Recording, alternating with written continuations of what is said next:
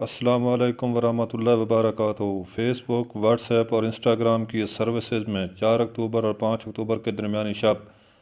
دنیا بھر میں بند ہو گئی تھی، جو 6 گھنٹے بعد بحال ہوئی۔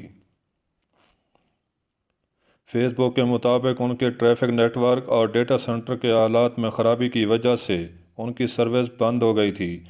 تاہم تصدیق کی کہ سروس کی بندش کے دوران سروس صارفین کا ڈیٹا لیک نہیں ہوا۔ تینوں سوشل ایپس اور ویب سائٹس کی سروس بند ہونے کی وجہ سے جہاں ان کے شیئرز میں 5% کے قریب کمی دیکھی گئی، وہیں سب سے زیادہ فیس بک کے بانی مارک زکربرگ کی ذاتی دولت میں نمایاں کمی دیکھی گئی۔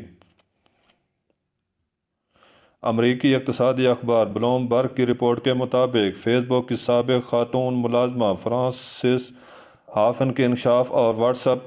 انسٹاگرام اور فیس بک کی سروس بند ہونے سے مارک زکربرگ کی دولت میں 6 ارب امریکی ڈالر یعنی پاکستانی 10 کروڑ روپے سے زائد کی کمی ہوئی۔ دولت میں نمایاں کمی ہونے کے بعد مارک زکربرگ دنیا کے تیسرے امیر ترین شخص سے نیچے آ کر 5ویں امیر شخص بن گئے، اور حیران کن طور پر وہ مائیکروسافٹ کے بانی بل گیٹس اور فرانسیسی کاروباری شخص برنارڈ آرنالٹ سے بھی زیادہ غریب ہو گئے۔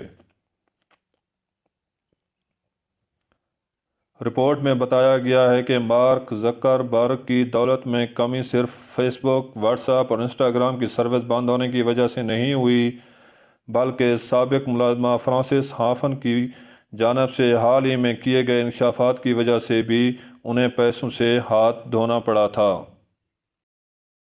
فیس بک کی سابق ملازمہ نے حال ہی میں امریکی ٹی وی CBS کو دیے گئے انٹرویو میں انکشاف کیا تھا کہ فیس بک کمائی کی خاطر پر تشدد، توہین آمیز مواد سمیت غلط معلومات کی حوصلہ افزائی کرتا ہے۔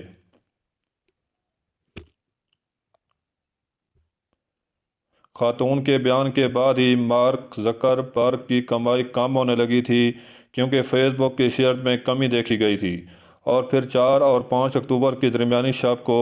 ان کی سروسز بند ہو گئی، جس کی وجہ سے انہیں ڈھیر ساری دولت سے ہاتھ دھونا پڑا۔ فیس بک، واٹس ایپ اور انسٹاگرام کی سروسز بند ہونے کی وجہ سے مارک زکربرگ کی ذاتی دولت میں فی گھنٹہ